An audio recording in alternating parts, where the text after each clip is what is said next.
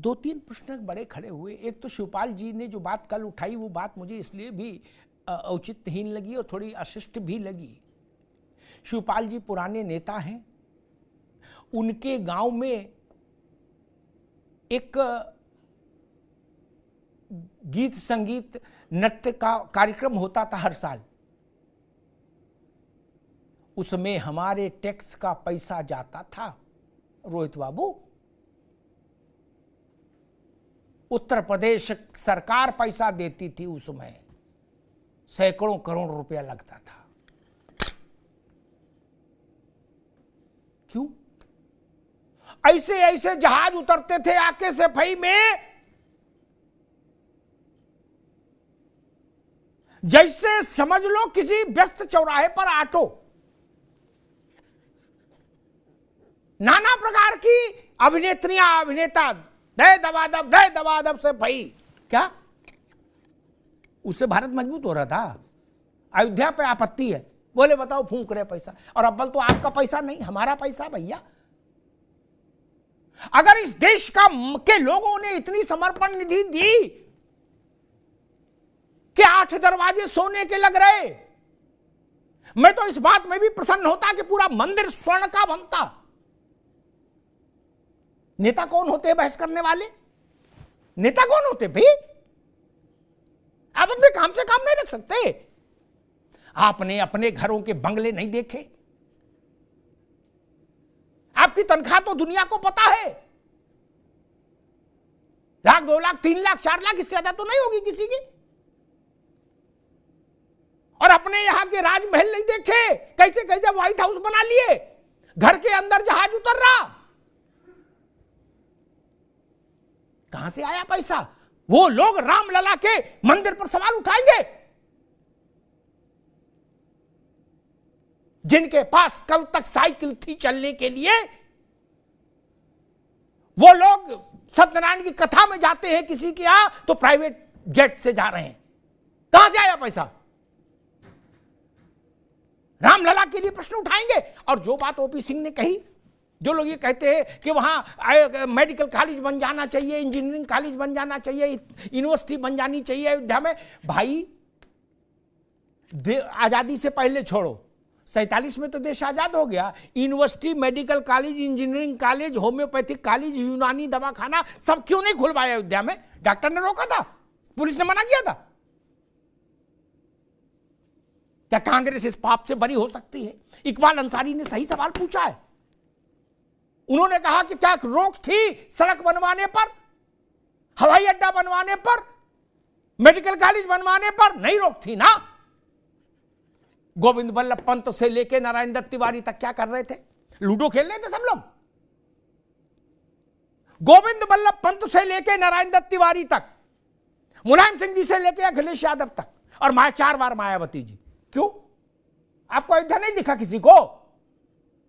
वहां 6 लेन 4 lane highway बनाता तो कोई रोक रहा था? इसीलिए आपके कहे में वजन नहीं है, विश्वसनीयता समाप्त हो गई। पहले कहा न्योता आएगा, न्योता नहीं आएगा, न्योता आ गया, बोले पचा न्योता आएगा तो जाएंगे। अब कह रहे रामलला आए बुलाएंगे तो जाएंगे। रामलला का टेलीफोन नंबर हो तो उनको व्हाट्सएप कर दो, और अपने घर का एड्रेस लिख दो, भाई आ जाओ, हमको कार्ड दे जाओ। कैसी स्थिति हो गई भाई? ये सर्दी का असर है क्या? कैसे कैसी बातें बोल रहे हो सब लोग? ये तर्क ठीक नहीं है। अब अजय राय का सरयू में कूद पड़ना 15 तारीख को सुबह, और हम कह रहे वो 6 घंटा भी सरयू में लेटे रहे, तब भी उसका कोई मैसेज नहीं जाएगा। राजबाबू माफ करिएगा मुझे, क्या अजय जी को ठंड तो लग सकती, निमोनिया हो सकता है, ज्यादा नहा ले क्या, लेकिन लाभ नहीं होगा, मैसेज नहीं जाएगा। कार्यकर्ताओं के जाने आने से संदेश नहीं जाते। महाजना एन गता स पंथा, ये नहीं कहा गया कि ननकू एन गता स पंथा ना। बड़े लोग, विशिष्ट लोग जहां जाए वही रास्ता है। सोनिया जी आती तो बात बनती।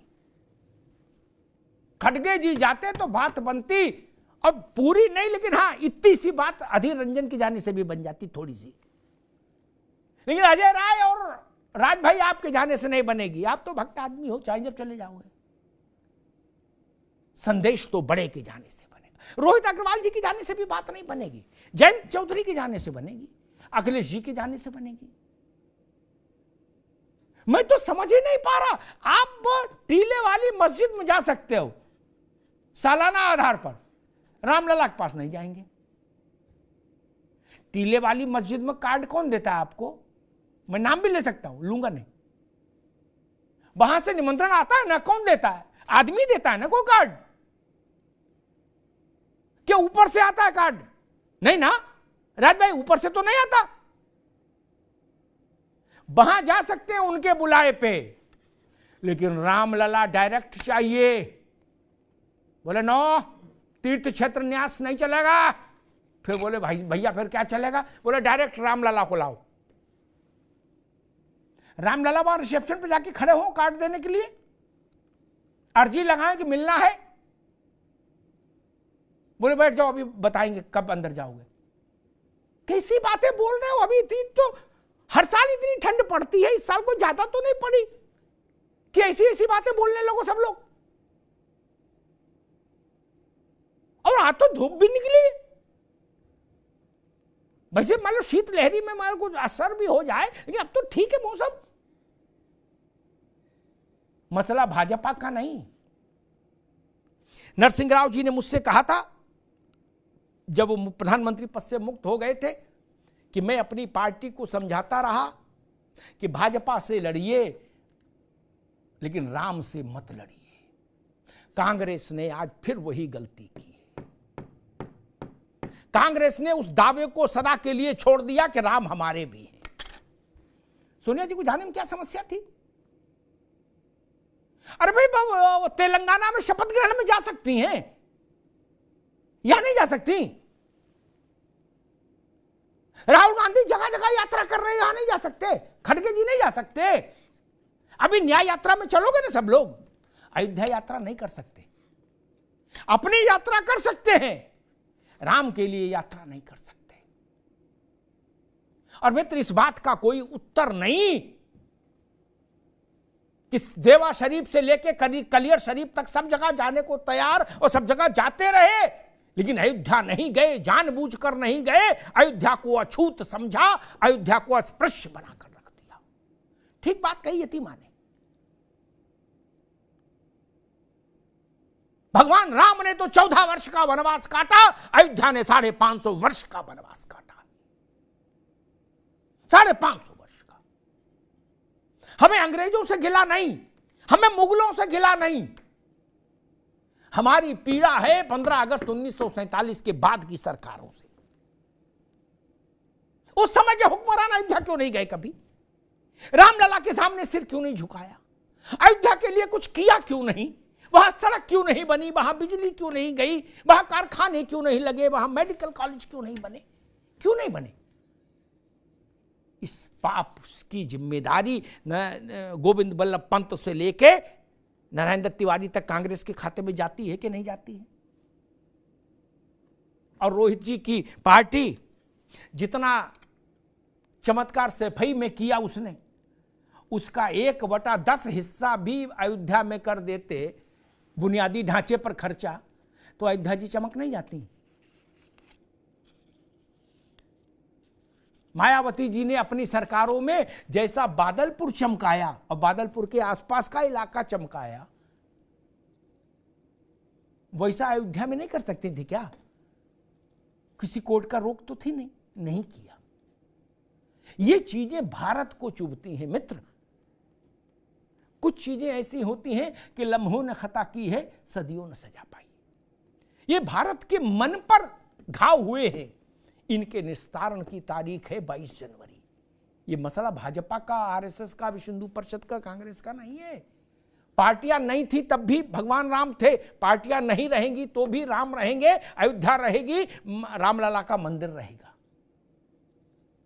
पार्टियां बहुत छोटी चीज है और किसी देश के इतिहास में भी पार्टियों की कोई बहुत बड़ी भूमिका नहीं होती।